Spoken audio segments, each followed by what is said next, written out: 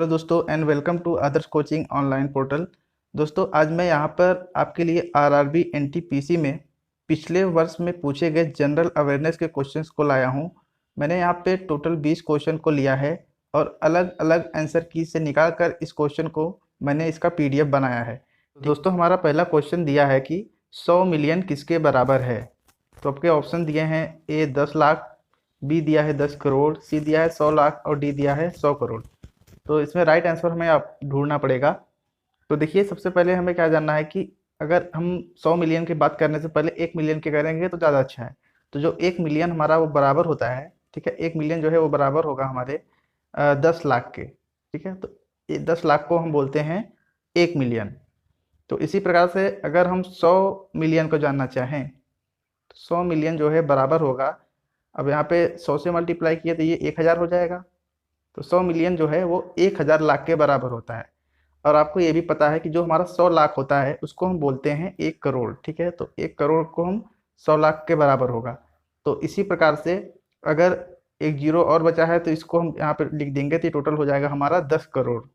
ठीक है, तो पहले का आंसर बी हमारा हो जाएगा सही। राइट आंसर होगा कि 100 मिलियन हमारा 10 करोड़ के बराबर होगा। ठीक है, तो बी हमारा राइट आंसर होगा। सेकंड क्वेश्चन की बात करें तो सेकंड क्वेश्चन में दिया है कि विद्युत आवेश का SI मात्रक क्या होता है।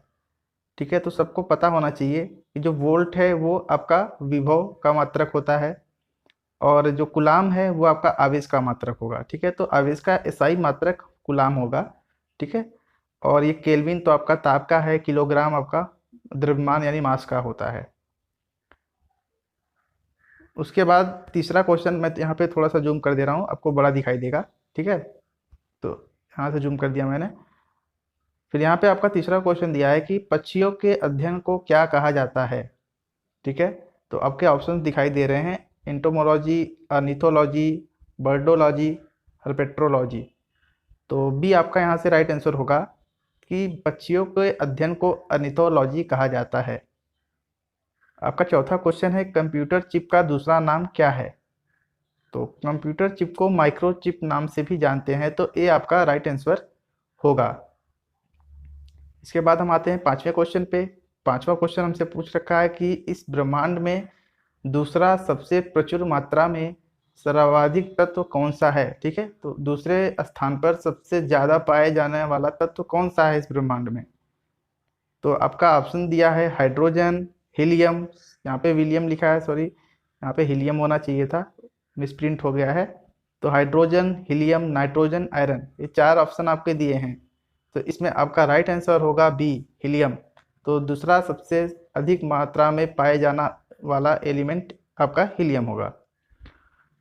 फिर आते हैं छठवें क्वेश्चन पे। छठवां क्वेश्चन दिया है कि अंतर्राष्ट्रीय योग दिवस कब मनाया जाता है। तो छठवां क्वेश्चन आपका है, तो बी आपका राइट आंसर होगा, 21 जून को अंतर्राष्ट्रीय योग दिवस मनाया जाता है। सातवें क्वेश्चन पे आते हैं। सातवां क्वेश्चन देखिए आपका दिया है कि अंकगणितीय एवं तार्किक, जिसको लॉजिकल भी अंग्रेजी में बोलते हैं, संक्रियाएं करने वाले संसाधन इन ब्रैकेट प्रोसेसर को क्या कहा जाता है। तो अंकगणितीय यानी कि लॉजिकल ऑपरेशन करने वाले संसाधन को क्या कहा जाता है। आपका ऑप्शन दिया है, ए दिया है CPU, बी दिया है ALU, सी दिया है माइक्रो प्रोसेसर और डी दिया है रैम। तो यहाँ से आपका बी राइट आंसर हो जाएगा, ALU, एल्गोरिथम लॉजिकल यूनिट। ठीक है, तो ये बी आपका राइट आंसर हो जाएगा। उसके बाद आपका आठवां क्वेश्चन है कि निम्नलिखित में से इथेनॉल किससे प्राप्त किया जा सकता है। तो आपके ऑप्शंस यहाँ पे दिखाई दे रहे होंगे कि इथेनॉल का स्रोत कौन सा है। तो यहाँ पे ऑप्शन ए दिया है सूरजमुखी, बी दिया है गन्ना, सी दिया है पेट्रोल और डी दिया है चावल। तो इसमें आपका राइट आंसर हो जाएगा बी, इथेनॉल का स्रोत गन्ना है, शुगर केन। नौवां क्वेश्चन है आपका कि गौतम बुद्ध को ज्ञान कहाँ प्राप्त हुआ था। तो आपके ऑप्शंस हैं लुम्बिनी, बोधगया, बुद्धनगर, सारनाथ। ठीक है, तो यहाँ पे आपको राइट आंसर बताना है। तो राइट आंसर आपका होगा बी, बोधगया में इन्हें ज्ञान प्राप्त हुआ था। तो लुम्बिनी में ये पैदा हुए थे और सारनाथ में अपना पहला उपदेश दिए थे, ये भी आपको याद रखना है। उसके बाद आपका 10वां क्वेश्चन है, खो खो खेल खेलते समय मैदान में प्रत्येक टीम में कितने खिलाड़ी होते हैं? तो 10वें का आंसर आपका होगा बी, 9 खिलाड़ी खो खो खेल में शामिल होते हैं। आपका 11वां क्वेश्चन दिया है कि विटामिन ए की कमी से कौन सा रोग होता है? तो दोस्तों मैं यहाँ पे बता दूं आपको कि मैं एक अलग से इसके लिए वीडियो बनाऊंगा कि किस विटामिन की कमी से कौन सा रोग होता है, ठीक है।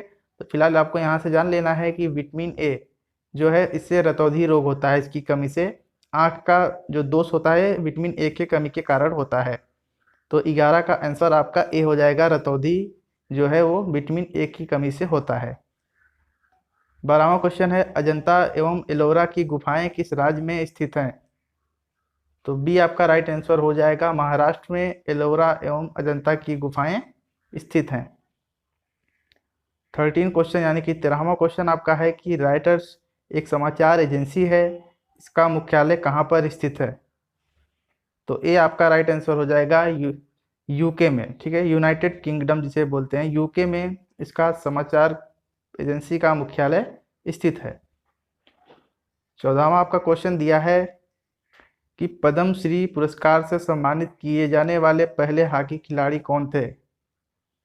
तो बी आपका राइट आंसर होगा, बलबीर सिंह सीनियर।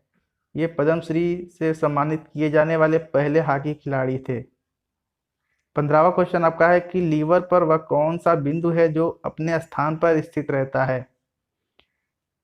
तो आपके ऑप्शंस दिए हैं, ये दरअसल दोस्तों मैकेनिकल से संबंधित क्वेश्चन है और यहाँ पे आपका राइट आंसर हो जाएगा सी, फलक्रम। तो फलक्रम में ये फलक्रम जो है वो बिंदु स्थित रहता है, कुछ इस तरीके का यहाँ पे डायग्राम होता है, ठीक है। मान लीजिए ये फलक्रम इसको बोलेंगे, यहाँ से लीवर गया रहेगा, तो इस बीच वाले को बोलते हैं फलक्रम, ठीक है।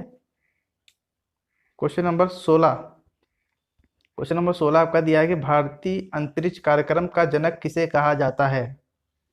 तो क्वेश्चन नंबर 16 है आपका, तो इसका राइट आंसर होगा बी, विक्रम साराभाई, ठीक है। तो विक्रम साराभाई के नाम से एक स्पेस सेंटर भी है, आपको पता भी होगा, ठीक है। तो भारतीय अंतरिक्ष कार्यक्रम का जनक का श्रेय इन्हीं को दिया जाता है। 17वां क्वेश्चन है लोकसभा के पहले अध्यक्ष स्पीकर कौन थे?